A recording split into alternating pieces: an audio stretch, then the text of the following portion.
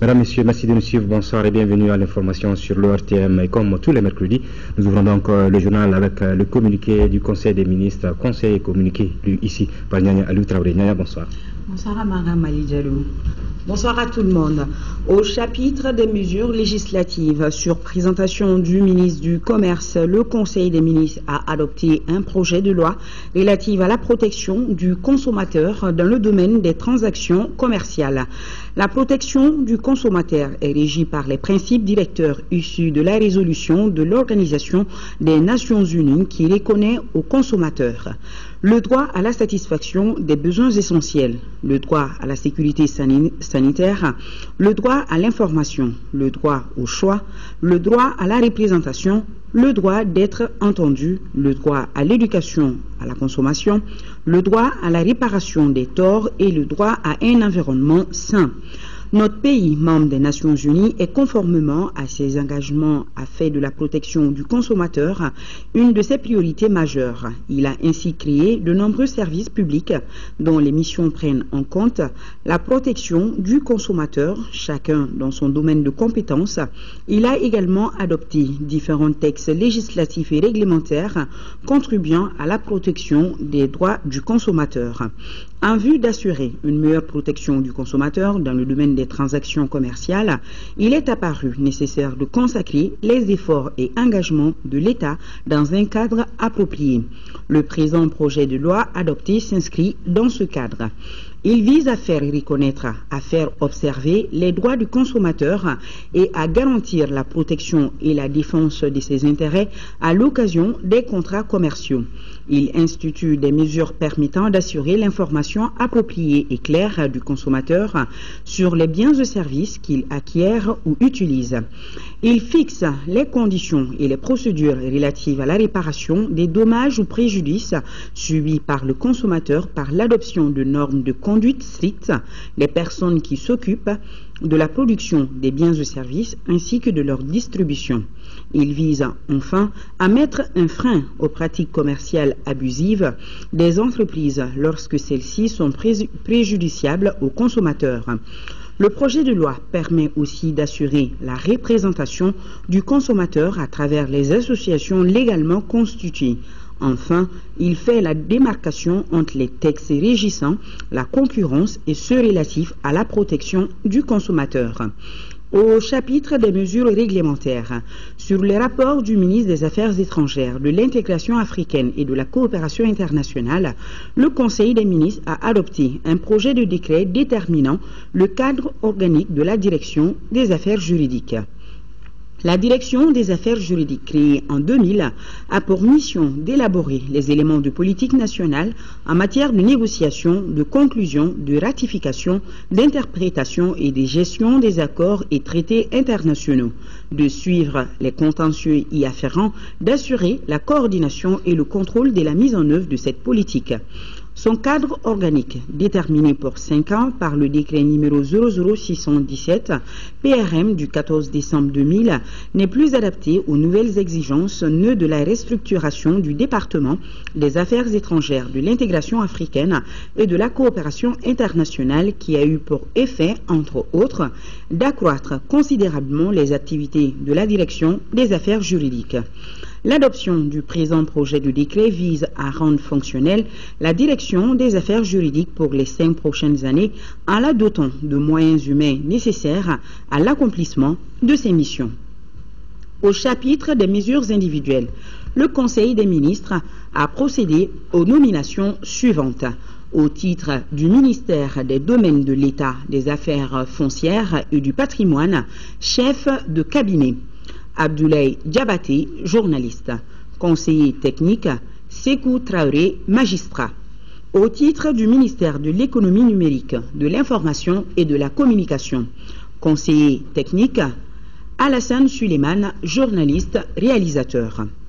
Au chapitre des communications, au titre de la primature, le Conseil des ministres a déclaré la journée du 25 juillet 2014, journée de deuil national en hommage aux victimes des événements dans la bande de Gaza, Palestine, en solidarité avec le peuple palestinien. Au titre du ministère de l'économie et des finances, le Conseil des ministres a attendu une communication relative aux dispositions prises pour la création d'un fichier central des exonérations fiscales et douanières. Dans le souci de respecter les conventions internationales que le Mali a signées, de favoriser les investissements, de préserver le pouvoir d'achat et les unités de production nationales, le gouvernement de la République du Mali a adopté une politique d'exonération fiscale et douanière. Le dispositif qui s'est traduit concrètement dans ce cadre par des exonérations fiscales et douanières comporte notamment les conventions multilatérales et bilatérales, les accords de projet, le code minier, des investissements, des impôts, des douanes, la loi sur la promotion immobilière, les conventions particulières, les décrets et arrêtés. Ces exonérations fiscales et douanières accordées constituent des subventions indirectes concernant la participation de l'État dans la mise en œuvre des activités économiques, sociales, culturelles et diplomatiques. Par ces subventions, l'État consent d'énormes sacrifices financiers pour favoriser la consommation, soutenir la production et la compétitivité de l'économie et des secteurs sociaux comme l'eau et l'électricité, les denrées de première nécessité, en les rendant accessibles aux consommateurs à faible revenu. À cet effet, les exonérations fiscales et douanières se sont élevées à 231 milliards de francs CFA en 2011, à 229 milliards de francs CFA en 2012 et à environ 460 milliards de francs CFA en 2013. Cependant, les exonérations créent dans certains cas une concurrence à la production nationale, des distorsions sur le plan économique et peuvent constituer des risques budgétaires et une contrainte majeure à la mobilisation des recettes fiscales. Il y a lieu aujourd'hui de s'interroger sur le coût budgétaire réel des exonérations et les bénéfices que l'économie malienne en tire et sur leur impact social et environnemental. Il apparaît cependant que l'évaluation des exonérations pose des difficultés en raison essentiellement de l'absence d'informations fiables liées à la faiblesse de l'informatisation des procédures d'octroi et de suivi des exonérations. En effet, malgré l'informatisation des services techniques du département de l'économie et des finances, seul le service des douanes dispose d'une application opérationnelle de gestion des exonérations. Pour toutes ces raisons, le gouvernement du Mali s'est engagé avec le FMI à créer un fichier central des exonérations fiscales et douanières. Le fichier central est une base de données relative aux exonérations fiscales et douanières. Il a, entre autres, pour objectif de rendre disponible à partir de la base de données des informations fiables et à bonne date sur l'ensemble des catégories d'exonération, de contribuer à une meilleure gestion et un meilleur suivi des exonérations, de contribuer à partager les informations du fichier central entre les différents utilisateurs, de vérifier le respect des engagements souscrits par les bénéficiaires d'exonération. Voilà, Amara Mali Diallo, c'est qu'on pouvait retenir de ce Conseil des ministres. Merci Nyanya Aliou Traoré. Vous venez donc de le suivre dans le communiqué du Conseil des ministres. Le gouvernement du Mali a adopté un projet de loi portant protection du consommateur. Le Mali rejoint ainsi le cercle restreint des pays qui s'engagent à protéger leurs citoyens en respectant leurs principaux droits mondialement reconnus aux consommateurs. Les membres du groupe de pilotage du plaidoyer de la loi portant protection des consommateurs félicitent le gouvernement à travers le ministre du Commerce qui s'est engagé dès le départ à porter à terme le dit projet. Et puis à suivre après ce journal les explications du ministre du Commerce Abdelkarim Konaté sur l'adoption de ce projet de loi. Dans le cadre de la recherche d'une solution juste, équitable et durable aux douloureux problèmes du nord de notre pays et en droite ligne de l'accord préliminaire de Ouagadougou du 18 juin 2013 et de l'offre de médiation de l'Algérie, le gouvernement malien a dépêché une mission à Alger pour conduire des pourparlers inclusifs intermaliens avec les groupes armés. À la veille de la fin du premier round de ces pourparlers, le président de la République initie une large consultation des institutions de la République, des corps constitués et des différents segments du corps social. Ces rencontres visent à un partage d'informations pertinentes sur le processus et à requérir les avis et suggestions des interlocuteurs du président de la République. Cette série de rencontres a débuté cet après-midi avec la hiérarchie militaire. Le chef d'état-major général des armées donne plus de précisions sur les échanges avec le chef de l'état général de division, Mahaman Touré, est au micro de Ibrahima Traoré. Le Le président de la République, chef suprême des armées, a entrepris d'informer le corps social des négociations en cours et de faire un large survol de la situation. Et vous le savez aussi, les forces armées et de sécurité font partie du corps social.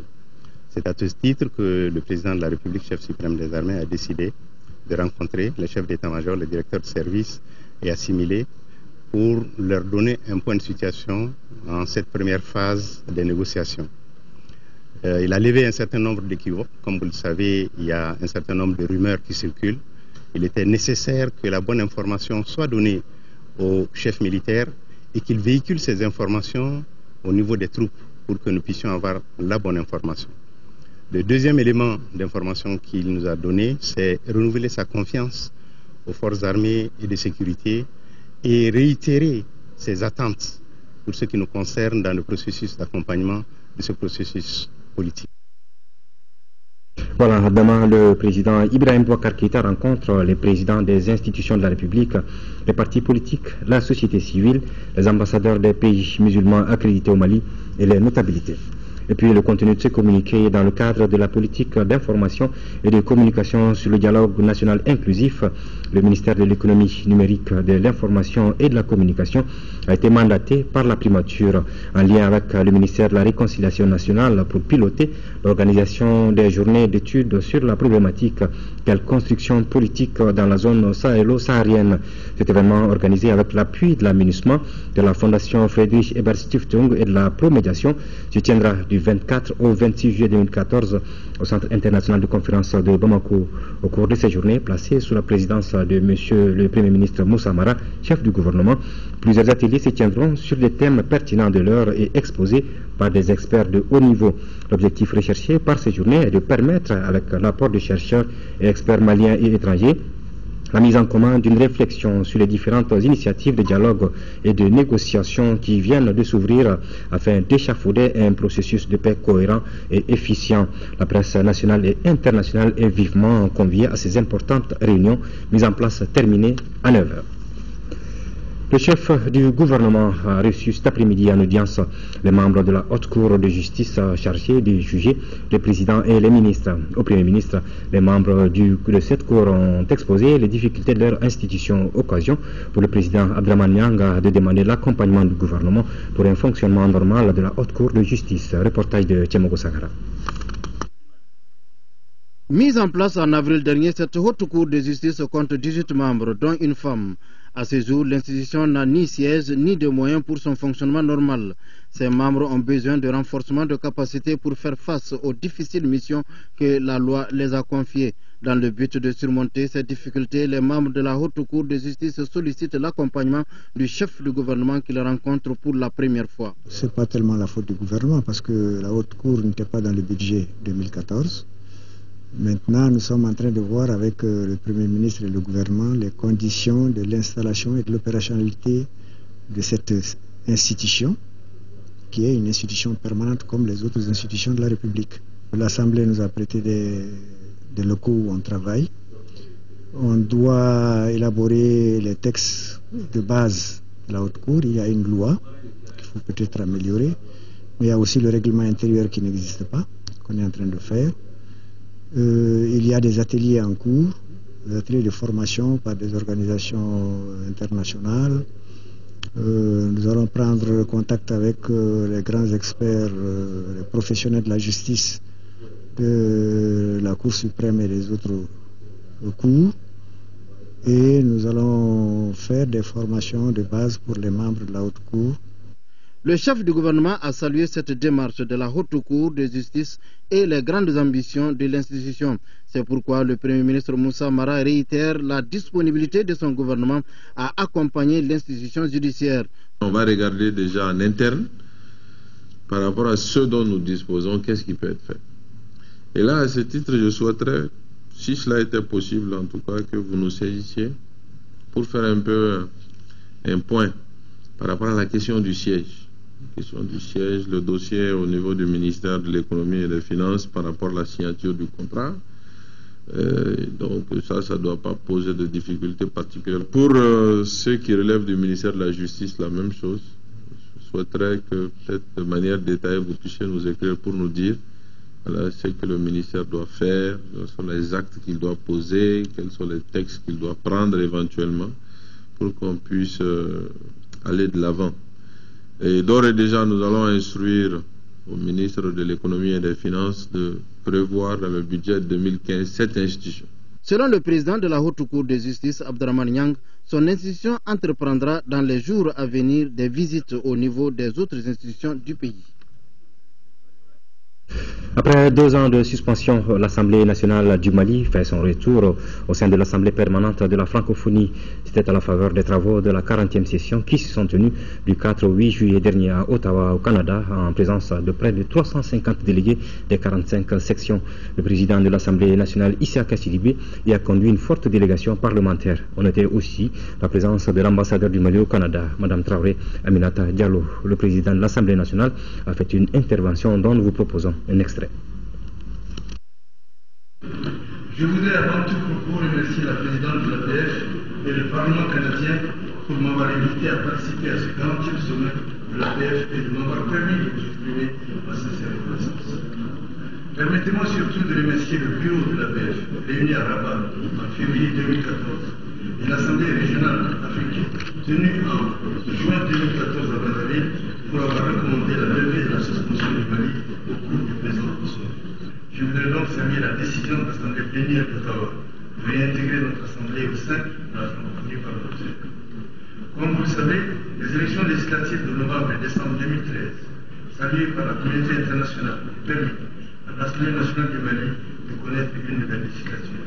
Toutefois, la crise politique qui a déstabilisé notre pays a également fortement fragilisé notre institution parlementaire. Aussi, je voudrais solliciter l'APF, rouage diplomatique essentiel de l'espace francophone, pour la mise en place d'une initiative multilatérale de coopération interparlementaire francophone pour le Parlement malien.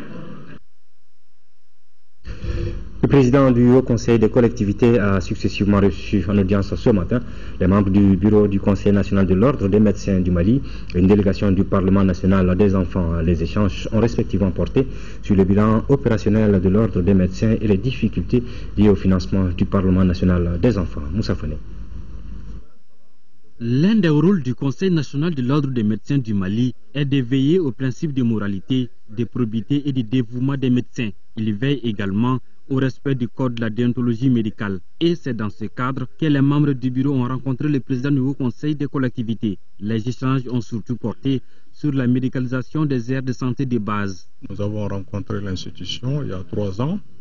Il avait été question à cette époque et aujourd'hui également de lui parler de ce que l'ordre doit faire. L'ordre doit faire non seulement pour les populations des cités, mais également pour les populations des zones rurales qui sont rattachées aux collectivités territoriales, donc à son institution. Nous pensons que nous devons travailler avec lui, surtout que les thèmes évoqués ce matin avaient un rapport avec les recommandations fortes des États généraux de l'Ordre des médecins, à savoir la médicalisation des aires de santé de base qui sont du domaine des collectivités locales, mais également du partenariat public-privé.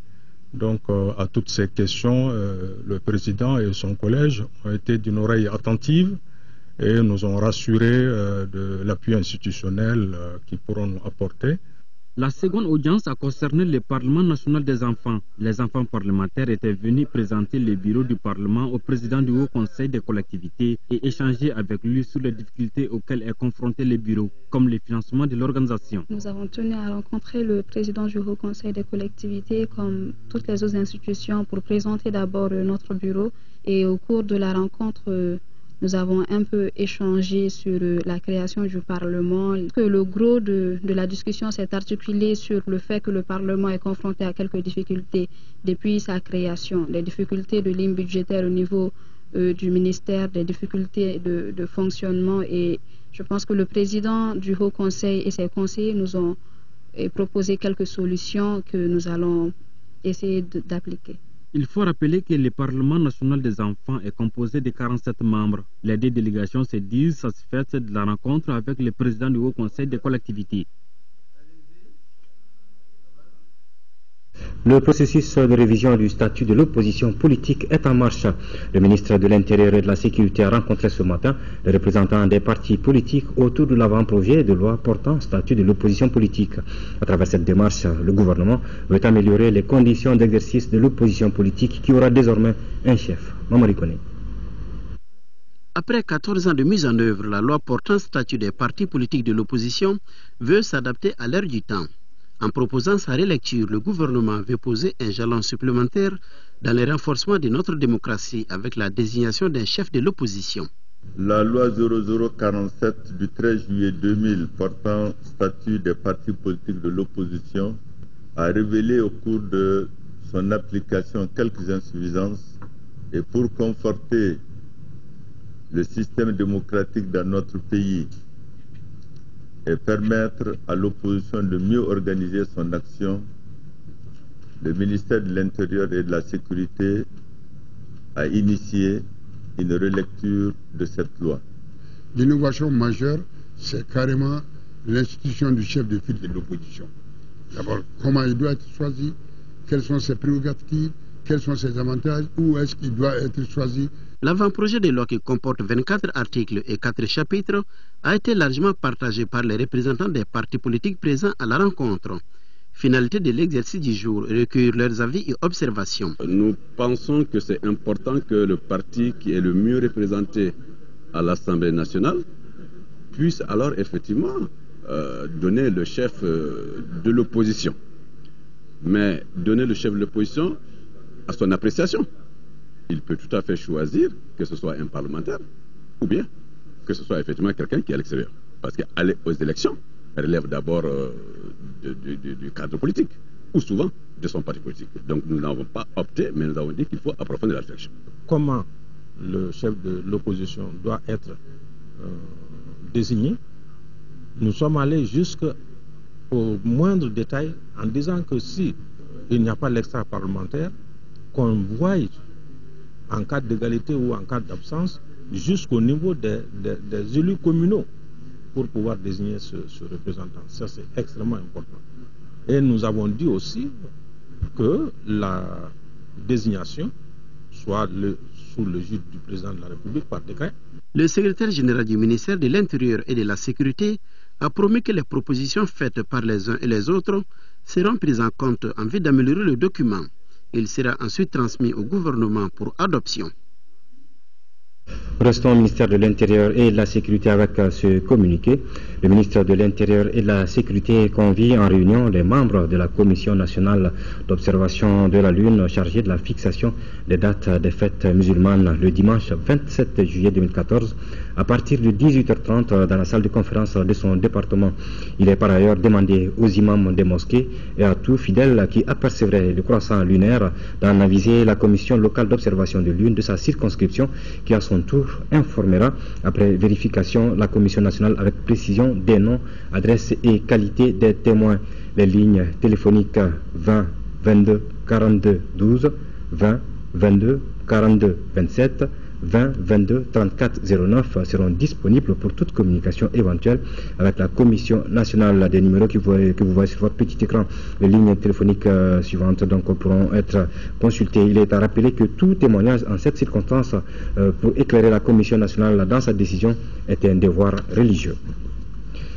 Les travaux d'aménagement et de bitumage de la voie d'accès à la cité universitaire de Kabala avancent normalement. Les travaux de revêtement et de raccordement seront terminés dans un mois. Le ministre de l'Équipement, des Transports et du Désenclavement a visité cet après-midi le chantier long de 12 km. À la date d'aujourd'hui, les responsables de l'entreprise BECM estiment à plus de 60% le taux d'exécution qui va coûter à l'État malien 6 milliards de francs CFA. Mohamed Diarra. Nous sommes à Kabala. Le ministre Koumaré et le député Yacouba Traoré constatent l'évolution des travaux d'aménagement et de bitumage de la voie d'accès à la cité universitaire de Kabala. Les données des responsables de l'entreprise en charge des travaux rassurent. On est à près de 63% d'évolution. Sur la voie d'accès, on a commencé déjà le bitumage, comme vous avez vu. Sur un côté, on est à moins d'1 kilomètre du PK0. Et sur l'autre côté, dans un mois, on arrivera au PK0 plus 522, comme le ministre l'a dit. Il y a aussi les voies intérieures. Les voies intérieures la chaussée est pratiquement finie. Nous sommes en phase de revêtement. Ce élan doit être maintenu pour que les travaux sur le site ne soient pas un handicap début octobre prochain, date d'ouverture de la cité universitaire. L'entreprise a fait beaucoup d'efforts pour vraiment avancer et pour essayer de satisfaire notre préoccupation, c'est-à-dire de faire en sorte que la route ne bloque pas l'entrée universitaire. Mais l'autre aspect sur lequel nous nous interrogeons aussi un peu, c'est qu'on voudrait s'assurer que la qualité a été respectée sur toute la ligne. Ils viennent de nous rassurer qu'au maximum dans un mois, ils feront directement la connexion jusqu'au PK 05. 0,50, c'est-à-dire à peu près à 1 demi-kilomètre de l'arrivée de la ville où nous avons quelques problèmes avec le déguerpissement des gens. Le représentant de l'Assemblée nationale se dit déterminé à accompagner toute initiative du gouvernement allant dans le sens du développement. On est quand même satisfait, bien vrai qu'on est à 62% environ pour un délai normal de 144% de délai consommé. Mais je pense que l'objectif essentiel, c'est vraiment de permettre aux usagers, aux populations, d'être à l'aise, surtout en cette période hivernale aussi difficile pour l'exécution des travaux. La fin de ce tronçon, long de 12 km, devra rallier le village de Kabala aux autres villages environnants. Il coûtera près de 6 milliards de francs CFA à l'État. Je vous le disais il y a quelques instants, les 24, 25 et 26 juillet prochains se tiendront les journées de réflexion sur la crise malienne. Quels sont les objectifs, les enjeux, les attentes de ces journées?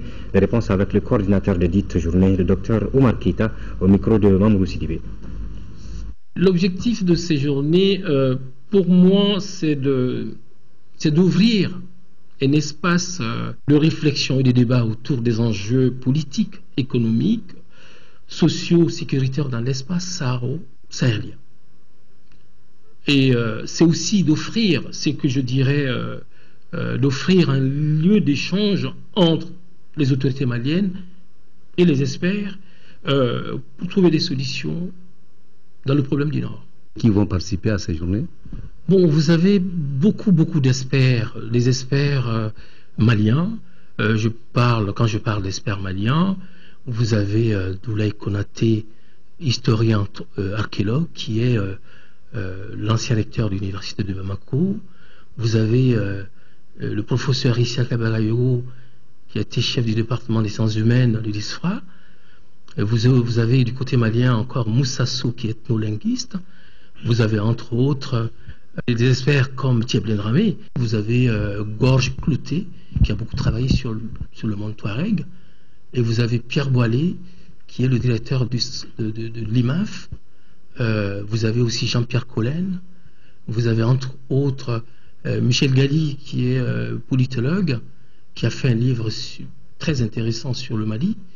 Et voilà, donc il y aura aussi des experts de la médiation, Ahmed Baba Miske. Il y a des députés du Nord qui sont invités, il y a des acteurs de la société civile qui sont invités, qui seront là autour de... Parce qu'il y aura des ateliers, les matins il y aura des plénières sur les 3 jours, il y aura des plénières le matin, c'est très ouvert, c'est un débat où il y a des interventions des experts, des intellectuels qui vont intervenir quelques minutes, et l'après-midi il y aura des ateliers très fermés. Il y aura le premier atelier, ce sera sur les défis politiques, sécuritaires, et le deuxième atelier, ça c'est sur la négociation intermalienne, où il y aura, qui sera quand même présidé, disons-le, par Bintou Sanankwa, une grande historienne malienne, et le troisième atelier sera présidé par Doulaye Konaté, ancien recteur de l'université de Bamako, sur les solutions durables. Et quatrième atelier, c'est sur la réconciliation, la communication et l'information, c'est-à-dire aussi montrer le rôle des médias dans la réconciliation. La BCEAO veut aller en guerre contre les faux monnayeurs. L'institution financière dit constater la persistance et l'ampleur de l'utilisation des images des billets de banque à des fins commerciales, notamment la fabrication de portefeuilles. Le directeur national de la BCEAO était ce matin devant la presse pour expliquer le caractère illégal de ce commerce et les dispositions législatives qui répriment le phénomène. Dans les jours à venir, la BCEAO va adopter une nouvelle loi commune aux 8 pays de l'UEMOA sur le faux monnayage pour alourdir les sanctions. Bourama Traoré. Des portefeuilles ou porte-clés conçus à partir des images des billets de banque émises par la Banque centrale des États de l'Afrique de l'Ouest, cela s'appelle les reproductions. C'est un commerce illégal qui persiste et prend de l'ampleur. Pourtant, le phénomène est interdit par les dispositions de la loi en vigueur, notamment les articles 92 et 93 du Code pénal du Mali. Face donc au faux monnayage, la BCEAO décide de réagir. La BCEAO a décidé d'initier des actions de communication à l'endroit du public pour, premièrement, le sensibiliser sur le caractère illégal de la reproduction des images des billets et la distribution de telles reproductions. Deuxièmement, l'inviter à ne pas acquérir ces articles fabriqués en violation de la loi. À l'encontre des auteurs des faits constatés et de leurs complices, la BCEAO a engagé les démarches nécessaires auprès des autorités compétentes pour que des poursuites judiciaires soient enclenchées. 3 pays sur les 8 de l'UEMOA souffrent le plus des reproductions des billets de banque. Il s'agit en l'occurrence du Bénin, de la Côte d'Ivoire et du Mali. De quoi justifier la décision de la BCEAO de renforcer son arsenal judiciaire. C'est ainsi que la banque va proposer un projet de loi sur le faux monnayage. Les sanctions vont être alourdies, mais il y a un aspect, une innovation. Ça va être l'incrimination de la perception de commission sur l'échange de billets. Pour être simple, le phénomène que vous observez dans les rues de Bamako, c'est-à-dire on échange des grosses coupures contre des petites coupures, moyennant commission. Alors, on avait du mal à réprimer le phénomène parce qu'il n'y avait pas de disposition légale explicite pour l'incriminer, mais cette fois, dans la nouvelle loi en cours de relecture, il y a une disposition qui prévoit des peines pour ceux qui se livrent à de telles activités. Si cette loi est adoptée, elle doit permettre à la Banque centrale des États de l'Afrique de l'Ouest de mieux lutter contre cette activité illégale et à la population de déceler la vraie monnaie de la force. Le contenu d'un autre communiqué avant de poursuivre cette édition, le collectif des associations islamiques du Mali par rapport à la situation en Palestine se dit profondément choqué par ces actes barbares, criminels et disproportionnés perpétrés par l'État sioniste d'Israël contre le peuple palestinien de Gaza. Le collectif exprime sa solidarité et sa compassion aux familles des victimes innocentes et lance un appel pressant à l'ensemble des pays africains pour se tenir toujours mobilisés aux côtés du peuple palestinien martyr. Indamali et le Royaume des Pays-Bas ont signé une convention de financement des projets sur la sécurité alimentaire et la résilience dans la vallée du fleuve en région de Gao. Les projets seront financés à hauteur de 655 957 000 francs CFA. Ce financement contribuera d'une part à sécuriser l'approvisionnement en eau pour l'agriculture familiale et la sécurité alimentaire et d'autre part à favoriser l'émergence des femmes et des jeunes de la région de Gao à travers l'agriculture. Fatma Takoni. Près de 700 millions de francs CFA, c'est la somme qui permettra de relancer dans 2 mois les activités génératrices de revenus des femmes et des jeunes de la 7e région. La somme a été accordée ce matin par le Royaume des Pays-Bas à 2 ONG de la place, notamment Indamali et Akas Gao. Ces populations sont actuellement dans une situation très difficile. Et donc cet appui, ça va leur permettre de reprendre les activités économiques, d'avoir un peu plus de confiance et de retrouver une vie presque normale. Il y a eu 60 propositions des différentes qui sont déjà venues. Tout le monde a des idées. On a envie de vraiment avancer en matière d'irrigation, de gestion de l'eau, en matière d'économie. Et je pense que c'est important que maintenant on peut dire OK, avec Akas, avec Anda, on y va, on vous confie, disons, un financement pour faire redémarrer et donner espoir. Pour les autorités régionales, cet appui vient à point nommé. Nous pensons que, au plan politique, il y a des choses qui sont en train de se dessiner. Il est important que les populations, qu'on les organise, qu'on les aide à retrouver le travail pour assurer leur survie. Et c'est ce que vous êtes en train de faire et je pense que l'action est vraiment louable. Ce fonds est destiné au financement des projets présentés par les communautés dans la zone d'intervention avec un quota de 20 à 25% pour les femmes et les jeunes. La plateforme du projet d'appui au développement des entreprises de transformation des produits alimentaires locaux a été lancée ce matin. C'est un cadre de concertation permanent des acteurs de la chaîne de valeur autour d'un centre d'intérêt commun en termes de résultats. Il est attendu une plus grande visibilité des produits locaux. Reportage de Alpha Maïga.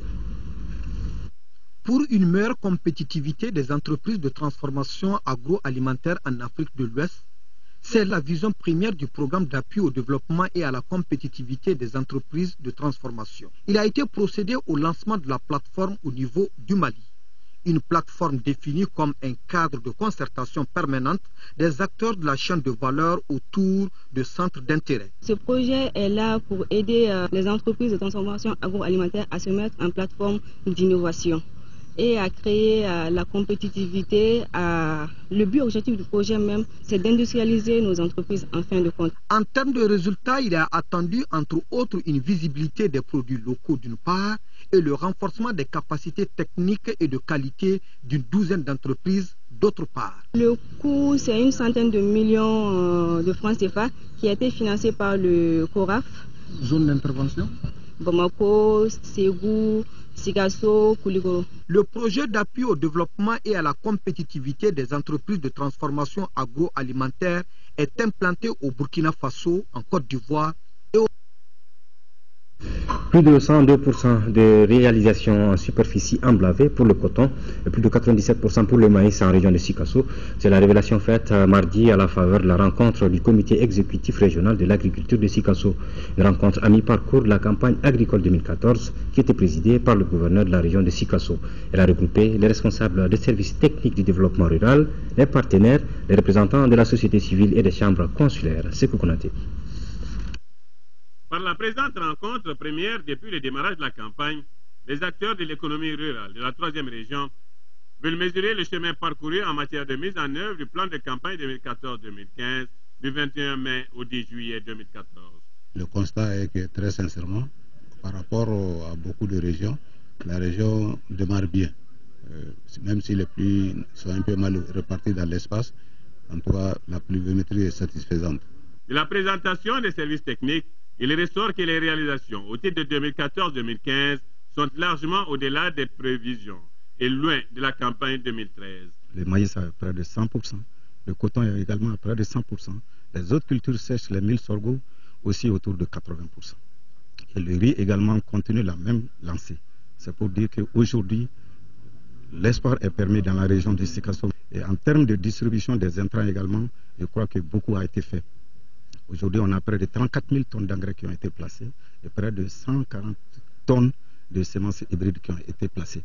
Pour renforcer les capacités des agents d'encadrement de l'agriculture, 60 nouvelles motos ont été mises à disposition pour plus de résultats et de performances.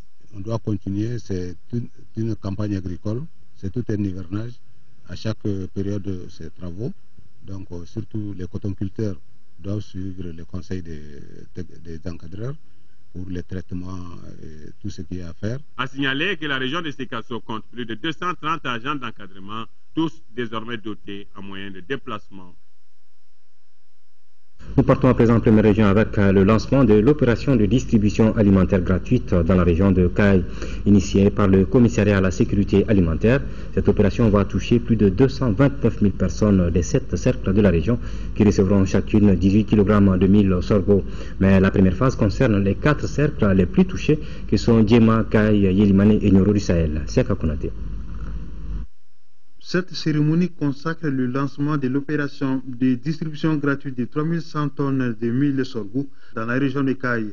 Il s'agit des cercles de Djema, Nyoro du Sahel, Yelimane et Caille. Le cadre harmonisé finalement a retenu pour la région de Caille les populations en phase 4 et phase 3 le chiffre de 229 000 les quelques qui ont besoin d'être assistés, à raison de 18 kg par personne.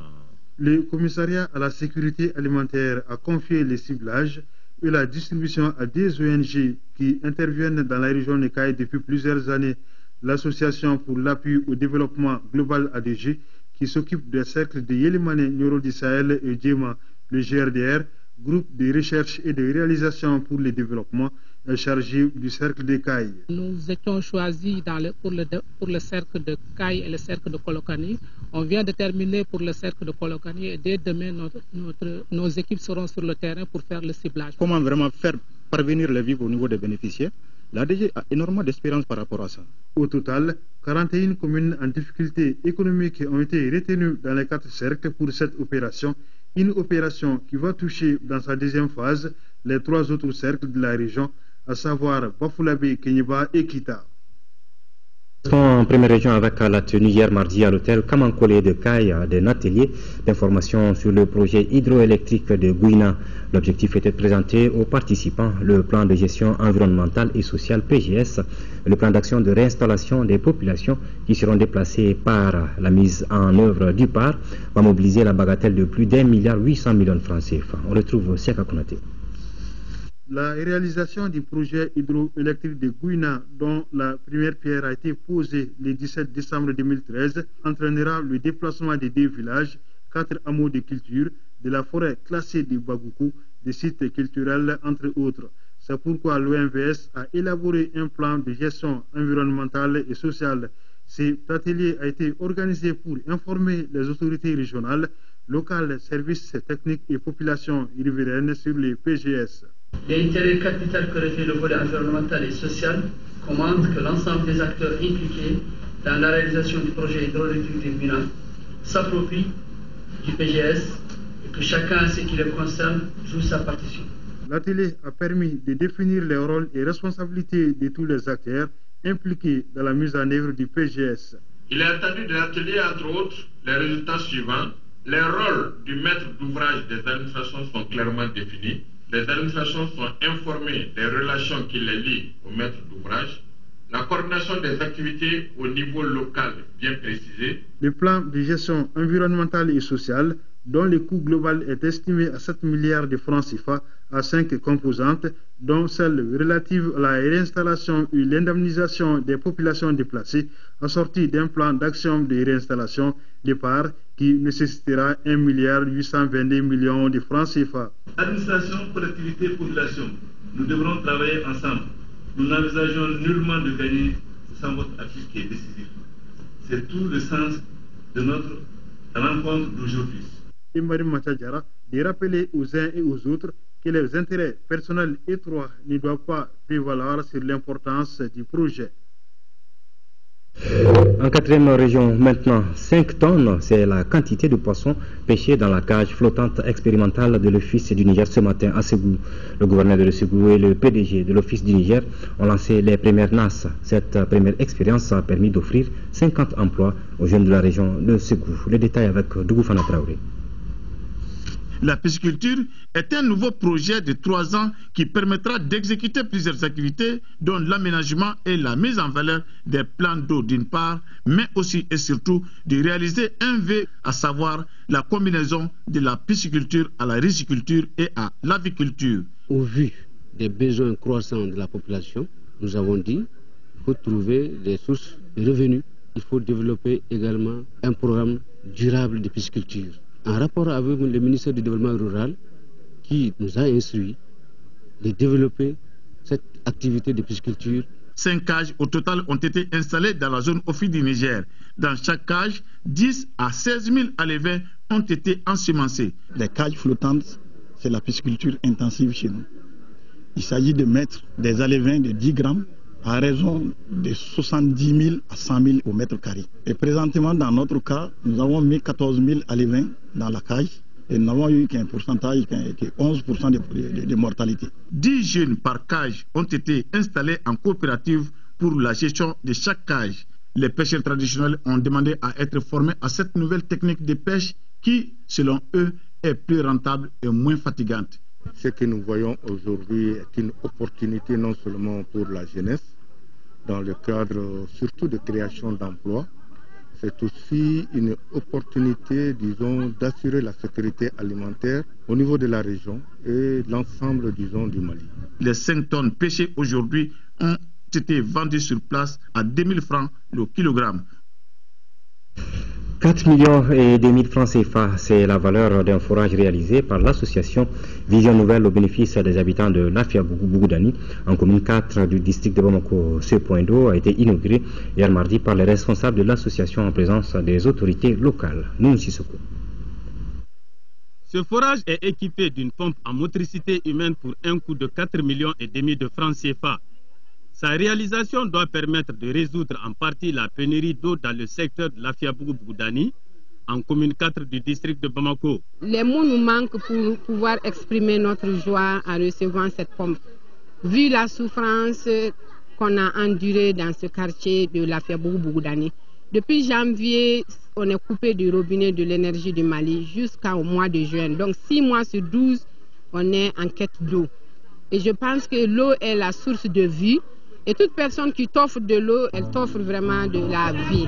En plus de ce forage, Vision Nouvelle a fait don de 6 motos, 4 tribunes et 250 chaises à ces cellules des communes 2, 4 et 5 du district. À chaque réunion, chacun apporte quelque chose. Moi, je ne suis pas là. Et à chaque moment aussi, j'apporte quelque chose. Dès que ça fait un diapote, on se dit, bon, maintenant, on va aller dans cette commune pour faire tel acte. Voilà la stratégie à mener pour exécuter ces projets. En appui à la base dans son fonctionnement, on a payé ces motos. Quand on veut les informations, ils sont là, ils se lèvent, ils voient les s'enquérir des informations, ils ramènent au bureau, on traite. Donc les tribunes, on a donné ça dans les quartiers gratuitement. Quand il y a une cérémonie, que ce soit mariage ou décès ou baptême, tu viens, on te donne gratuitement. L'association Vision Nouvelle se veut apolitique. Elle couvre le district de Bamako et certaines communes à l'intérieur du pays. Son objectif est de contribuer au développement socio-économique du Mali. Pour à présent en football, championnat national de Ligue 1 au compte de la 24e journée jouée hier au stade Omnisport Modibo Keïta, le CS Dougoulonfla a battu les 11 créateurs de Nyarela, 1-0 en seconde affiche. L'AS Real de Bamako a dominé le Niana de Koulikoro 3-1. Résumé des 2 matchs avec Mamoutou Dante. L'AS Real de Bamako se rapproche davantage du podium du championnat national de Ligue 1. Les Noirs et Blancs de Bamako ont dominé le Niana de Koulikoro 3-1. La défense de Niana a résisté pendant 20 minutes. Finalement, elle cède sous la pression des réalistes. Mouktar Mohamed Sissé ouvre le score à la 22e minute. Avant de signer son doublé à la 31e minute, 2-0, c'est le score à la mi-temps. À la reprise, l'AS Real accentue les offensives. Jean-Paul Oulé Imako fait trembler les filets à la 51e minute. Son deuxième but personnel en Ligue 1 cette saison. L'AS Niana réduit le score à la 43e minute par Bakary Koulibaly. Le Real de Bamako réédite sa performance de la phase aller devant le Niana de Koulikoro. Aujourd'hui, on a été techniquement, je pense qu'on a été meilleur que cette équipe, l'équipe du Niana. Et en plus, on a pu concrétiser les occasions qu'on a créées. Si on a perdu, ça devait arriver parce qu'ils sont plus forts que par rapport à nous. C'est que j'ai dit tout simplement que l'équipe joue bien déjà. On a marqué un but aujourd'hui après 560 minutes de match sans un but. On a pu marquer aujourd'hui. J'espère que la semaine prochaine, on va marquer un pour ne plus prendre. Juste après cette rencontre, les 11 créateurs 5e 38 points ont été battus par les 16 du Golonvla 4e 39 points 1-0. Après une première période de 0 buts partout, les CS du Golonvla arrivent à scorer à la 58e minute par Mamoutou Danfaka. Ainsi, l'équipe des 7 villages remporte les 3 points de ce duel de la 24e journée. Au classement provisoire de cette 24e journée, les CS du Golonvla restent 4e 42 points et son adversaire du jour, les 11 créateurs, se positionne à la 6e place avec 38 points. Foot toujours féminin, cette fois-ci, l'AS Mandé de la commune 4 a rejoint l'AS Real de Bamako en finale de la Coupe du Mali. Les Mandékas ont atomisé les Tigresses de Bougouni 11-0 au stade Mamadou Konaté. Abdul Karim Kaba. L'AS Mandé de la commune 4 n'a eu aucune difficulté face aux débutantes Tigresses de Bougouni au compte de la 2e demi-finale de la Coupe du Mali. Les communards s'impose par 11-0. Bassela Touré a marqué 4, Hawa Conté en a inscrit autant, Fatoumata Diarra a mis au fond des filets 2 et Yvonne Mara a marqué 1. Des fois, l'AS Mandé a refusé même de marquer des buts. Dans l'histoire du football féminin, c'est pour la première fois qu'une équipe régionale ou bien une équipe du district a atteint à ce niveau de compétition. Moi, je suis satisfait. J'ai perdu 11-0, mais ce n'est pas la fin du monde. Les Manégas comptent bien préparer la finale contre le Real. Inch'Allah, s'il plaît au bon Dieu, la manière dont on a gagné ce match, on va essayer de préparer jusqu'au bout pour remporter le titre cette année encore. La finale de la Coupe du Mali chez les dames, 3e édition, opposera donc l'AS Real et l'AS Mandé ce 31 juillet au stade Modibo Keïta. On espère que la finale nous permettra de voir beaucoup d'autres buts. Retour sur ce communiqué avant de nous séparer. Le ministre de l'Intérieur et de la Sécurité convie en réunion les membres de la Commission nationale d'observation de la Lune chargée de la fixation des dates des fêtes musulmanes le dimanche 27 juillet 2014 à partir de 18h30 dans la salle de conférence de son département. Il est par ailleurs demandé aux imams des mosquées et à tout fidèle qui apercevrait le croissant lunaire d'en aviser la commission locale d'observation de la Lune de sa circonscription qui à son tour informera après vérification la Commission nationale avec précision des noms, adresses et qualités des témoins. Les lignes téléphoniques 20 22 42 12, 20 22 42 67, 20 22 34 09 seront disponibles pour toute communication éventuelle avec la Commission nationale. Il est à rappeler que tout témoignage en cette circonstance pour éclairer la Commission nationale dans sa décision est un devoir religieux. Voilà, c'est tout pour cette édition. Merci de l'avoir suivi. Retrouvez l'information demain à 10h et à 13h avec Khadija Toukone. Merci et bonne suite des programmes sur votre télévision nationale.